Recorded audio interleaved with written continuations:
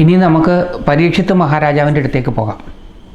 മഹാഭാഗവതം 19-ാം അധ്യായം. ഈ അധ്യായത്തിൻ്റെ പ്രതിപാദ്യ വിഷയം പരീക്ഷിത്ത് പ്രായോപവേശത്തിനൊരുങ്ങുന്നു. ശുകൻ അദ്ദേഹത്തെ സന്ദർശിക്കുന്നു.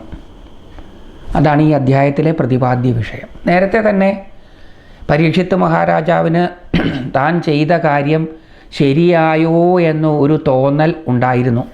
നമുക്കെല്ലാവർക്കും അതേപോലത്തെ തോന്നലുണ്ടാവും. ചെയ്ത് കഴിഞ്ഞിട്ടേ ഉണ്ടാവുള്ളൂ എന്ന് മാത്രം. അങ്ങനെ ഒരു തോന്നലുണ്ടായപ്പോൾ താൻ ചെയ്തത് ശരിയായോ എന്ന തോന്നലുണ്ടായപ്പോൾ അതിന് മാറ്റി ചെയ്യാനൊന്നും പറ്റില്ല. അപ്പോൾ എന്ത് സംഭവിക്കും? ന്യായീകരിക്കും. അപ്പോൾ ചില ന്യായീകരണങ്ങളൊക്കെ അദ്ദേഹം നടത്തി തൻ്റെ രാജധാനിയിലേക്ക്, തൻ്റെ പുരത്തിലേക്ക് അദ്ദേഹം മടങ്ങി. അവിടെ എത്തിയിട്ട് അദ്ദേഹത്തിൻ്റെ ചിന്തകൾ എന്തായിരുന്നു എന്ന് നമുക്കൊന്ന് നോക്കാം. അവിടെ എത്തിയിട്ട് അദ്ദേഹം എന്താ ചെയ്തത് എന്ന് സൂതൻ തുടർന്ന് പറയുകയാണ്. സൂത ഉവാച. സൂതൻ പറഞ്ഞു, പിന്നെ രാജാവ് താൻ ചെയ്ത മോശപ്പെട്ട പ്രവൃത്തിയെപ്പറ്റി ചിന്തിച്ച് ദുഃഖിതനായി തീർന്നു. കുറച്ച് നേരം കഴിഞ്ഞപ്പം അദ്ദേഹത്തിന് താൻ ചെയ്തത് ഒട്ടും ശരിയായില്ല എന്ന് തോന്നിത്തുടങ്ങി. അദ്ദേഹത്തിൻ്റെ ചിന്തകളപ്പം മാറാൻ തുടങ്ങി. നിരപരാധിയും നിഗൂഢ ബ്രഹ്മതേജസ്സോടു കൂടിയവനുമായ ആ ബ്രഹ്മർഷിയിൽ ഞാൻ മഹാനീചനെ പോലെ ഒരു അപരാധം ചെയ്തു. അദ്ദേഹത്തിന് കുറ്റബോധം ഗ്രസിക്കാൻ തുടങ്ങി. കുറ്റബോധം ഉണ്ടായിക്കഴിഞ്ഞാൽ ചെറിയ തെറ്റേ ചെയ്തുള്ളൂ എങ്കിലും അത് വളരെ എക്സാജറേറ്റ് ചെയ്ത് നമ്മൾ ചിന്തിക്കാൻ തുടങ്ങും. ചെറുതായിരിക്കും തെറ്റ്, പക്ഷെ കുറ്റബോധം വന്നു കഴിഞ്ഞാൽ അതിനെ വളരെ വലുതായിട്ട് ലോകത്തിൽ ഇതിൽ പരം ഒരു തെറ്റിനിയും ഇല്ല എന്നുള്ള മട്ടിൽ ചിന്തിക്കാൻ തുടങ്ങും. അത് മനുഷ്യ സഹജ. അദ്ദേഹം അങ്ങനെ തന്നെയാണ് ചിന്തിച്ചത്. ആ ബ്രഹ്മർഷിയിൽ ഞാൻ മഹാനീചനെ പോലെ ഒരു അപരാധം ചെയ്തു. ശരിക്കും വിശപ്പും ദാഹവും വന്നപ്പോൾ അദ്ദേഹം കുറച്ച് നേരത്തേക്ക് അദ്ദേഹത്തിൻ്റെ എലീറ്റ്നെസ് മാറ്റിവെച്ച് അദ്ദേഹത്തിൻ്റെ ആ പ്രാകൃത ഭാവത്തിലായി എന്ന് മാത്രമേ ഉള്ളൂ. അത് സാധാരണമാണ്. ആർക്കായാലും എൻലൈറ്റൻഡ് ബീയിങ്സിനൊഴിച്ച്, മോക്ഷം സിദ്ധിച്ചവർക്കൊഴിച്ച് ബാക്കി ആർക്കും ഇങ്ങനെയുള്ള സന്ദർഭങ്ങളിൽ ഇതൊക്കെ തോന്നുകയും ഇങ്ങനെയൊക്കെ പെരുമാറുകയും ചെയ്യുന്ന പതിവുണ്ട്. പക്ഷേ അതൊന്നും അദ്ദേഹം കൂട്ടാക്കിയില്ല. അദ്ദേഹത്തിന് താൻ ചെയ്തത് തെറ്റാണ് എന്ന് തോന്നിയപ്പം അദ്ദേഹം അത് എക്സാജറേറ്റ് ചെയ്യാൻ തുടങ്ങി. ദേവഹേളന രൂപമായ മഹാപാപം നിമിത്തം എനിക്ക് അപരിഹാര്യമായ അത്യാപത്തുണ്ടാകും. ചെറിയ തെറ്റേ ചെയ്തിട്ടുണ്ടാവുള്ളൂ. പക്ഷെ കുറ്റബോധമുണർന്നു കഴിഞ്ഞാൽ ആ തെറ്റിൻ്റെ പരിണതഫലമായിട്ട് തനിക്ക് വലിയ ആപത്തുണ്ടാകും എന്ന് ചിന്തിക്കുന്നത് മനുഷ്യ സഹജമാണ്. ഉദാഹരണത്തിന് നമ്മൾ ഓട്ടുവിളക്ക് ചാരമിട്ട് നല്ലോണം മിനുക്കി സ്വർണമാണോ എന്ന് തോന്നിപ്പിക്കത്തക്ക വിധത്തിൽ കഴുകി വൃത്തിയാക്കി വെച്ചു. നല്ല ശുദ്ധമായ നെയ്യ് അതിലൊഴിച്ചു. ശുദ്ധമായ തിരിയിട്ട് 5 തിരി കത്തിച്ചു.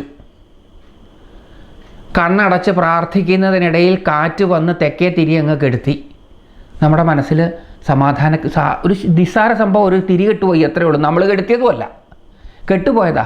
പക്ഷേ അപ്പോഴത്തേക്കും നമ്മളിൽ വല്ലാത്ത ആധി ഉണ്ടാകും. ഇത് കുറ്റബോധം കൊണ്ടുണ്ടാകുന്ന ആധിയല്ല, ഭാവിയെക്കുറിച്ചുള്ള ആകാംക്ഷ കൊണ്ടുണ്ടാകുന്ന ആധിയാണ്. പക്ഷേ ഈ ആധി ഉണ്ടായിക്കഴിഞ്ഞാൽ മനുഷ്യൻ പിന്നെ എല്ലാം വലുതായിട്ടാണ് കാണുക, എല്ലാം എക്സാജറേറ്റ് ചെയ്യും. അപ്പോൾ ഇവിടെ ചെറിയ തെറ്റാണ് ചെയ്തത്, പക്ഷേ അക്ഷന്തവ്യമായ തെറ്റൊന്നുമല്ല. ഇതിലും വലിയ തെറ്റ് ചെയ്തവർ വേറെയുണ്ട്. പക്ഷേ എന്നാലും അങ്ങനെയല്ല ചിന്തിക്കുക. അപ്പോൾ ഇദ്ദേഹം എന്ത് ചിന്തിക്കാൻ തുടങ്ങി? തനിക്കെന്തോ വലിയ അത്യാപത്ത് വരാൻ പോവുകയാണ്. സംശയമില്ല, എനിക്ക് അപരിഹാര്യമായ അത്യാപത്തുണ്ടാകും, പരിഹരിക്കാൻ പറ്റാത്തതായിട്ടുള്ള എന്തോ ആപത്തുണ്ടാകും, സംശയമില്ല. ഇനി ഒരിക്കലും ഇങ്ങനെ ചെയ്യാതിരിക്കത്തക്ക വിധം എനിക്ക് പാപശാന്തിക്കായി ആ ആപത്ത് താമസം കൂടാതെ തന്നെ യഥേഷ്ടം വന്നുകൊള്ളട്ടെ. വിധിയിൽ റിസൈൻ ചെയ്തു. അദ്ദേഹം പറയാണ്, എനിക്ക് ഇനി ഒരിക്കലും ഇങ്ങനെ ചെയ്യാതിരിക്കത്തക്ക വിധം, ഇനി ഒരിക്കലും ഞാൻ ഇങ്ങനെയുള്ള ഒരു തെറ്റും ചെയ്യാതിരിക്കത്തക്ക വിധം എനിക്ക് പാപശാന്തിക്കായി ആ ആപത്ത് താമസം കൂടാതെ തന്നെ യഥേഷ്ടം വന്നുകൊള്ളട്ടെ. എന്താണ് ആ ആപത്ത്? മരണമാണ്. മരണം സംഭവിച്ചു കഴിഞ്ഞാൽ പിന്നെ ഇങ്ങനത്തെ ഒരു അപരാധം ഒരിക്കലും ഇനി ഞാൻ ചെയ്യുകയില്ല. അപ്പോൾ ഈ തെറ്റിൻ്റെ പ്രായശ്ചിത്തമായിട്ട് മരണമാണ് എനിക്ക് വരാൻ പോകുന്നത് അദ്ദേഹത്തിന് തോന്നുകയാണ്. ആ മരണത്തെ അദ്ദേഹം സ്വീകരിക്കാൻ തയ്യാറായി. ആ ആപത്ത് താമസം കൂടാതെ തന്നെ യഥേഷ്ടം വന്നുകൊള്ളട്ടെ. കോപിക്കപ്പെട്ട ബ്രാഹ്മണകുലമാകുന്ന അഗ്നി എൻ്റെ രാജ്യത്തെയും സൈന്യത്തെയും ഭണ്ഡാരത്തെയും ഇപ്പോൾ തന്നെ ദഹിപ്പിച്ചുകൊള്ളട്ടെ. ബ്രാഹ്മണൻ്റെ കോപം, ബ്രഹ്മജ്ഞാനിയുടെ കോപം അസഹ്യമാണ്. അത് അഗ്നി സദൃശമാണ്. അതെല്ലാത്തിനെയും എരിച്ച് ഭസ്മമാക്കും. അപ്പോൾ കോപിക്കപ്പെട്ട ബ്രാഹ്മണകുലമാകുന്ന അഗ്നി എൻ്റെ രാജ്യത്തെയും സൈന്യത്തെയും ഭണ്ഡാരത്തെയും ഇപ്പോൾ തന്നെ ദഹിപ്പിച്ചു കൊള്ളട്ടെ. അമംഗളസ്വരൂപനായ എനിക്ക് ബ്രാഹ്മണർ, ഗോക്കൾ, ദേവന്മാർ ഇവരിൽ മേലിൽ ദുഷ്ടബുദ്ധി ഉണ്ടാകാതിരിക്കട്ടെ. രാജാവ് ഇങ്ങനെ ചിന്തിച്ചു കൊണ്ടിരിക്കെ മുനിപുത്രൻ്റെ ശാപമനുസരിച്ച് തനിക്ക് 7-ാം ദിവസം മരണം സംഭവിക്കാമെന്ന് കേട്ട് അത്യാസക്തനു പോലും പെട്ടെന്ന് വൈരാഗ്യമുണ്ടാക്കുന്ന തക്ഷകൻ്റെ വിഷാഗ്നിയെ ഒരു അനുഗ്രഹമായി തന്നെ കരുതി. അപ്പോഴാണ് രാജാവ് ആ ദുരന്ത വാർത്തയും കേട്ടത്. ഇങ്ങനെയൊക്കെ ചിന്തിച്ച് തൻ്റെ വിധിയെ സ്വീകരിക്കാൻ നിസ്സഹായനായി. സാധാരണഗതിയിൽ ഈ ഭാഗം അവതരിപ്പിക്കുന്നവരെല്ലാം പറഞ്ഞിട്ടുള്ളത് പരീക്ഷിത്ത് മഹാരാജാവ് തൻ്റെ വിധിയെ സഹർഷം സ്വീകരിച്ചു എന്നാണ്. എന്നിട്ട് യാതൊരു ഭാവഭേദവുമില്ലാതെ മരണം വരിക്കുവാൻ വേണ്ടി ഗംഗാതീരത്ത് ചെന്നിരുന്നു എന്നാണ് പറഞ്ഞിട്ടുള്ളത് പലരും. അങ്ങനെയല്ല ഇവിടെ വ്യാസഭഗവാൻ പറയുന്നത്. വ്യാസഭഗവാൻ അവതരിപ്പിക്കുന്ന പരീക്ഷിത്ത് മഹാരാജാവ് കുറ്റബോധമുള്ളയാളാണ്. കുറ്റബോധമുള്ളയാളാണെന്ന് മാത്രമല്ല നിസ്സഹായനുമാണ്. വിധിയുടെ മുമ്പിൽ തൻ്റെ നിസ്സഹായത പ്രകടിപ്പിച്ച് നിൽക്കുകയാണ് ഇദ്ദേഹം. രാജാവ് ഇങ്ങനെ ഞാനില്ലാണ്ടായി പൊക്കോട്ടെ, എൻ്റെ കുടുംബവും എല്ലാം ഇപ്പം നശിപ്പിക്കും, എനിക്ക് ഇതൊക്കെ നശിച്ചു കഴിഞ്ഞാൽ ഇനി എനിക്കൊരു ജന്മമുണ്ടെങ്കിൽ ബ്രാഹ്മണർ, ഗോക്കൾ, ദേവന്മാർ ഇവരിൽ മേലിൽ ദുഷ്ടബുദ്ധി ഉണ്ടാകാതിരിക്കട്ടെ. ഇങ്ങനെയൊക്കെ ചിന്തിച്ചുകൊണ്ട് കുറ്റബോധം കൊണ്ട് തൻ്റെ വിധിയെ നിസ്സഹായമായി സ്വീകരിക്കുവാൻ തയ്യാറെടുത്തുകൊണ്ടിരുന്നപ്പോഴാണ് ആ ദുരന്ത വാർത്ത അദ്ദേഹം കേട്ടത്. ഇന്നേക്ക് 7-ാം നാൾ തക്ഷകൻ കൊത്തി മരിക്കും. അതോടെ കേട്ടപ്പോഴത്തേക്കും അദ്ദേഹം ആകെ നിസ്സഹായതയിൽ വലഞ്ഞു. അപ്പോൾ അദ്ദേഹത്തിന് എന്തുണ്ടായി? അത്യാസക്തനു പോലും പെട്ടെന്ന് വൈരാഗ്യമുണ്ടാക്കുന്ന തക്ഷകൻ്റെ വിഷാഗ്നിയെ ഒരനുഗ്രഹമായി തന്നെ കരുതി. ആർക്കായാലും മരണമുടനടുത്തു എന്ന് കേട്ട് കഴിഞ്ഞാൽ ഒരു വിരക്തി ഉണ്ടാകും. പിന്നെ ഒന്നിനോടും ഒരു താല്പര്യം ഉണ്ടാവില്ല. താൻ മരിക്കാൻ പോവുകയാണ് എന്ന യാഥാർത്ഥ്യം അറിയുന്ന മനുഷ്യന് വിരക്തി ഉണ്ടാകും. ആ വൈരാഗ്യം ശരിക്കുമുള്ള വൈരാഗ്യമല്ല. അത് അഭികാമ്യമായ വൈരാഗ്യവും അല്ല. ഇവിടെ പക്ഷേ അദ്ദേഹം ആ വൈരാഗ്യത്തെ അനുഗ്രഹമായിട്ട് കരുതുകയാണ്. പിന്നെ നിസ്സാരമായതിനാൽ മുമ്പ് തന്നെ ത്യാജ്യമായ ഇഹലോകപരങ്ങളെ രണ്ടിനെയും വിട്ട് ശ്രീകൃഷ്ണൻ്റെ പാദസേവ തന്നെ ശ്രേഷ്ഠമെന്ന് കരുതി ഗംഗാതീരത്ത് വന്ന് പ്രായോപവേശം ചെയ്തു. നിസ്സാരമായതിനാൽ മുമ്പ് തന്നെ ത്യാജ്യമായ ഇഹപരലോകങ്ങളെ, നിസ്സാരമാണ് ഈ ലോകവും പരലോകത സ്വർഗം, ഈ ലോകത്തെ സുഖങ്ങളും സ്വർലോകത്തെ സുഖങ്ങളും നിസ്സാരമാണ്, അവ ത്യാജ്യമാണ്. എന്തുകൊണ്ടാ?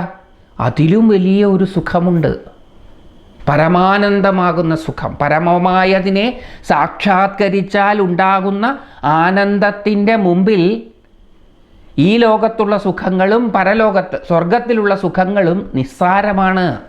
തൈത്തിരീയോപനിഷത്തിൽ അവ തമ്മിൽ ഉള്ള ഒരു താരതമ്യം ഉണ്ട്. ഒരു മനുഷ്യായുസ്സിൽ അനുഭവിക്കാൻ സാധിക്കുന്ന സുഖത്തെ മനുഷ്യാനന്ദമായി കണ്ട് അതിൻ്റെ എത്രയോ എത്രയോ എത്രയോ എത്രയോ ഇരട്ടിയാണ് പരമാനന്ദ സുഖം എന്ന ഒരു തുലനം തൈത്തിരീയത്തിലുണ്ട്. അപ്പം ആ പരമമായ ആനന്ദം അനുഭവിക്കാൻ വേണ്ടിയിട്ടാണ് ഈ നിസ്സാരമായ സുഖങ്ങളെ ത്യജിക്കുന്നത്. ഇത് വാസ്തവത്തിൽ ഒരു ത്യാഗമാണോ എന്നും കൂടി ഈ അവസരത്തിൽ നമ്മൾ ആലോചിക്കേണ്ടതാണ്. നിസ്സാരമായതിനു വേണ്ടി നിസ്സാരമായതിനെ ത്യജിക്കുന്നത് ഒരു വലിയ ത്യാഗമൊന്നുമല്ല. വാസ്തവത്തിൽ വലിയ വീട്ടിലേക്ക് താമസം മാറ്റാൻ വേണ്ടി ചെറിയ വീടിനെ ത്യജിക്കുന്നത് എങ്ങനെയാണ് ത്യാഗാവുന്നത്? പക്ഷെ അതിനെ ത്യാഗം എന്ന് വിളിക്കുന്നു എന്ന് മാത്രമേ ഉള്ളൂ. വാസ്തവത്തിൽ ത്യജിക്കുന്നത് മമതയെയാണ്. ഞാൻ എൻ്റേത്, എനിക്കുള്ളത് എന്നുള്ളതിനെയാണ് ത്യജിക്കുന്നത്. വാസ്തവത്തിൽ അവ നിസ്സാരമാണ്. ഈ ലോകത്തുള്ള സുഖങ്ങളും പരലോകത്തുള്ള സുഖങ്ങളും നിസ്സാരമാണ്. കാരണം അത് മമതാധിഷ്ഠിതമാണ്. ഞാൻ എൻ്റേത്, എനിക്കുള്ളത് എന്നതിനെ അധികരിച്ചിരിക്കുന്നതാണ്. അത് നിസ്സാരമാണ്. മമതാതീതമായിട്ടൊരു സുഖമുണ്ട്. അതിൻ്റെ മുമ്പിൽ ഇത് നിസ്സാരമാണ്. അപ്പം ഈ നിസ്സാരമായതുകൊണ്ട് നേരത്തെ തന്നെ മുമ്പ് തന്നെ ത്യാജ്യമായ ഇഹലോകപരങ്ങളെ രണ്ടിനെയും വിട്ട്. എപ്പോഴാണ് വിട്ടത്? 7-ാം നാളിൽ മരിക്കും എന്ന വാർത്ത കേട്ടതിനു ശേഷമാണ് വിട്ടത്. അതിന് മുമ്പ് വിട്ടിട്ടില്ല.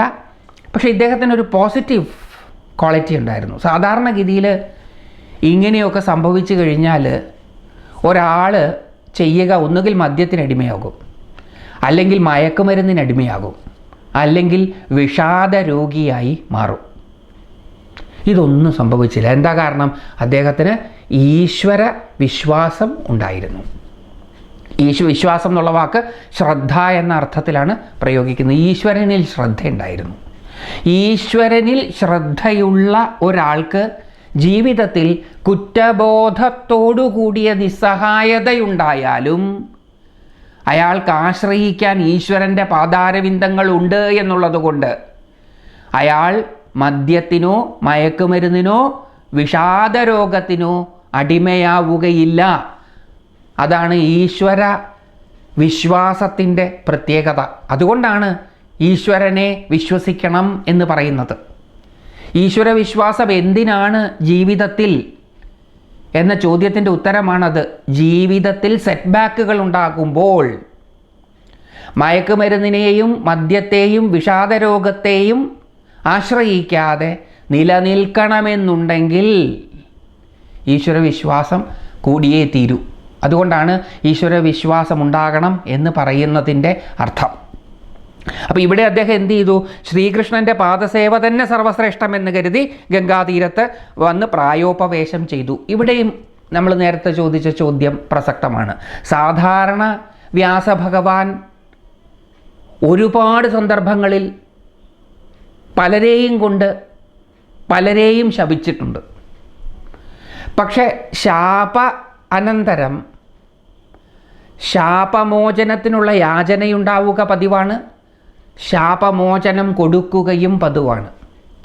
ഗൗതമൻ്റെ കാര്യത്തിൽ തന്നെ രാമായണത്തിൽ ഇന്ദ്രനെ ശപിക്കുന്നു. ഇന്ദ്രൻ ശാപമോചനത്തിന് വേണ്ടി യാചിക്കുന്നു, കേഴുന്നു, ശാപമോചനം കൊടുക്കുന്നു.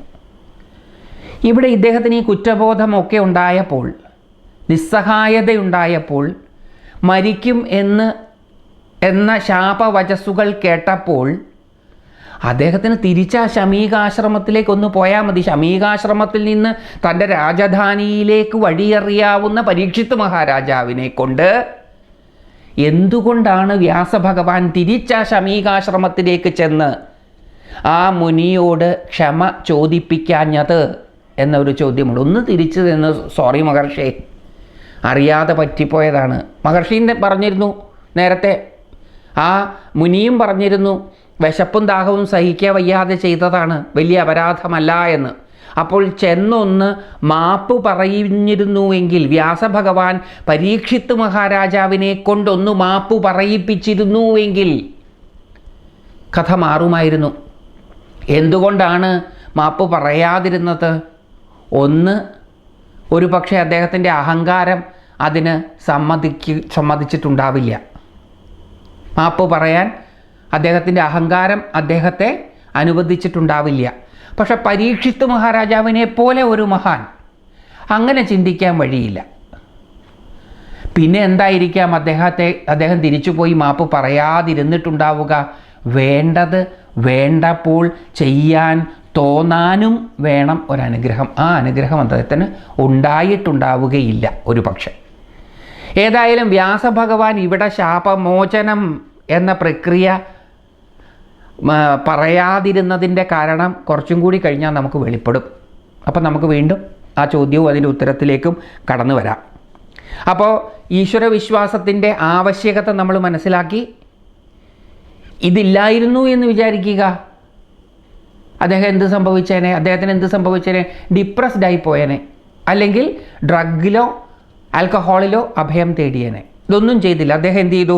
ശ്രീകൃഷ്ണൻ്റെ പാദസേവ തന്നെ സർവ്വശ്രേഷ്ഠമെന്ന് കരുതി ബാക്കിയെല്ലാം വിട്ട് ആ നെഗറ്റീവായിട്ടുള്ള സിറ്റുവേഷനിലും പോസിറ്റീവായിട്ടുള്ള ഒരു ആറ്റിറ്റ്യൂഡ്, അദ്ദേഹത്തിൽ ഒരുപാട് നെഗറ്റീവ് ആറ്റിറ്റ്യൂഡ്സ് ഉണ്ടായിരുന്നുവെങ്കിലും ഒരു പോസിറ്റീവ് ആറ്റിറ്റ്യൂഡ് അദ്ദേഹത്തിനുണ്ടായി. ഈശ്വരൻ്റെ പാദാരവിന്ദങ്ങളെ ആശ്രയിക്കാം. എന്നിട്ട് പ്രായോപവേശം ചെയ്യാൻ തീരുമാനിച്ചു. പ്രായോപവേശം എന്ന് പറഞ്ഞാൽ എന്താ? മരണം സ്വീകരിക്കാൻ വേണ്ടി ഇരിക്കുക. എങ്ങനെയാണ് മരണം സ്വീകരിക്കാൻ വേണ്ടി ഇരിക്കുന്നത്? മരിക്കാൻ വേണ്ടി ഇരിക്കുന്നത് ആഹാരവും ഒക്കെ ഉപേക്ഷിച്ചിട്ട്, ഒന്നും കഴിക്കാതെ, ഒന്നും കുടിക്കാതെ മരണം സ്വീകരിച്ചിട്ട്. ജൈന മുനിമാരാണ് ഇത് സാധാരണ ചെയ്തു വരാറ് നാം കണ്ടിട്ടുള്ളത്. ഇപ്പോഴും ജൈന മുനിമാർ ആഹാരവും വെള്ളമൊക്കെ ഉപേക്ഷിച്ച് മരണത്തെ സ്വയം വരിക്കും. അങ്ങനെ ചെയ്യുന്ന പലരുമുണ്ട്, ഇപ്പോഴുമുണ്ട്. നമുക്ക് ഒരു പക്ഷേ അറിയാവുന്ന വളരെ പ്രസിദ്ധനായിട്ടുള്ള UG കൃഷ്ണമൂർത്തി, അദ്ദേഹത്തിൻ്റെ മരണം അടുത്തു എന്ന് മനസ്സിലാക്കിയപ്പോൾ അദ്ദേഹവും ഇതേപോലെ ആഹാരവും വെള്ളവും ഒക്കെ ഉപേക്ഷിച്ചു.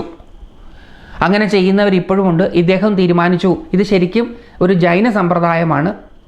അദ്ദേഹം അത് ചെയ്യാൻ തീരുമാനിച്ചു. പഴയ കാലത്തെ വേദത്തിലും ഇതിൻ്റെ അംശങ്ങളൊക്കെ നമുക്ക് കാണാം. അദ്ദേഹം പ്രായോപവേശം ചെയ്യാൻ തീരുമാനിച്ചു. എന്നിട്ട് അദ്ദേഹം എന്താ ചെയ്തത്? ശോഭായമാനങ്ങളായ തുളസീദളങ്ങൾ ഇണങ്ങിയ കൃഷ്ണൻ്റെ പാദരേണുക്കളാൽ സർവോത്കൃഷ്ടമായി തീർന്ന ജലത്താൽ പൂർണ്ണമായ ആ ഗംഗ ശിവനടക്കം സർവ്വലോകങ്ങളെയും അകത്തും പുറത്തും ഒരുപോലെ ശുദ്ധീകരിക്കുന്നുവല്ലോ. എന്താ ഗംഗയുടെ പ്രത്യേകത? നേരെ ഗംഗാതീരത്തേക്കാണ് പോയത്. എന്താ ഗംഗയുടെ പ്രത്യേകത? ഹരിപദഗാമിനിയാണ്. ഹരിയുടെ പാദപങ്കജങ്ങളിൽ നിന്നാണ് ഭഗവതി തൊട്ടൊഴുകി. ഗംഗ ഹരിയുടെ പാദാരവിന്ദങ്ങളെ സ്പർശിച്ചിട്ടാണ് ഒഴുകി ഭൂമിയിലേക്ക് വരുന്നത്. പണ്ട് ത്രിവിക്രമനായി ഭഗവാൻ വാമനൻ മഹാബലിയുടെ ദാനം സ്വീകരിച്ചതിന് ശേഷം ത്രിവിക്രമനായി അന്തരീക്ഷത്തെയും സ്വർലോകത്തെയും അളക്കാൻ വേണ്ടി തൻ്റെ കാലുയർത്തിയപ്പോൾ ഭഗവാന്റെ കാല് വിവിധ ആംഗിളുകളിൽ ഉയർന്നു നിൽക്കുന്നതായിട്ടുള്ള ചിത്രങ്ങളും ബിംബങ്ങളും നമുക്ക് കാണാം. ഇവയെല്ലാം ആരാധ്യമാണ്. ഭഗവാൻ കാല് ഉയർത്തിയ സമയത്ത് ഈ ബ്രഹ്മാണ്ടത്തിൻ്റെ പുറം തോടിൽ ഭഗവാന്റെ തള്ളവിരൽ മുട്ടിയെന്നും ഈ ബ്രഹ്മാണ്ടത്തിൻ്റെ പുറത്ത് നിറഞ്ഞു നിൽക്കുന്ന ജലം, അതാണ് ഗംഗ, ഭഗവാന്റെ പാദപത്മത്തെ സ്പർശിച്ചുകൊണ്ട് ഭൂമിയിലേക്ക് താഴോട്ട് ഒഴുകിയെന്നും അത് ശിവൻ്റെ ജടയിൽ പിടിച്ച് പിന്നീട് ശിവൻ്റെ ജടയിൽ നിന്നാണ് ഭൂമിയിലേക്ക് ഒഴുകി വരുന്നത്. ശോഭായമാനങ്ങളായ തുളസീദളങ്ങളിണങ്ങിയ കൃഷ്ണൻ്റെ പാദരേണുക്കളാൽ സർവോത്കൃഷ്ടമായി തീർന്ന ജലത്താൽ പൂർണ്ണമായ ആ ഗംഗ ശിവനടക്കം സർവ്വലോകങ്ങളെയും അകത്തും പുറത്തും ഒരുപോലെ ശുദ്ധീകരിക്കുന്നുവല്ലോ. ഭജഗോവിന്ദത്തിൽ ശങ്കര ഭഗവത്പാദർ പാടിയിട്ടുണ്ട്, ഗംഗാജലലവ കണികാപീത. ഗംഗാജലം ഒരിറ്റ് കുടിച്ചാൽ മതി എന്നാണ്, സർവപാപങ്ങളും തീരും. ആസന്നമരണനായ ആരാണ് അതിനെ സേവിക്കാതിരിക്കുക? മരിക്കും താൻ അടുത്തു തന്നെ എന്നുറപ്പിച്ച ആരാണ് വിഷ്ണു പദഗാമിനിയും ശിവമൗലീവിഹാരിണിയുമായ ആ മഹാഭഗവതിയെ സേവിക്കാതിരിക്കുക? അദ്ദേഹം അവിടെ ചെന്നിട്ട് എന്താ ചെയ്തത്? പാണ്ഡവവംശജനായ അദ്ദേഹം ഗംഗാതീരത്ത് ഇങ്ങനെ പ്രായോപവേശം ചെയ്യാൻ തീരുമാനിച്ച് അനന്യഭാവനും എല്ലാവിധ ഭൗതികാസക്തികളും വെടിഞ്ഞവനും വിശുദ്ധ ചിത്തനുമായി മുകുന്ദൻ്റെ പാദങ്ങൾ തന്നെ ധ്യാനിച്ചു.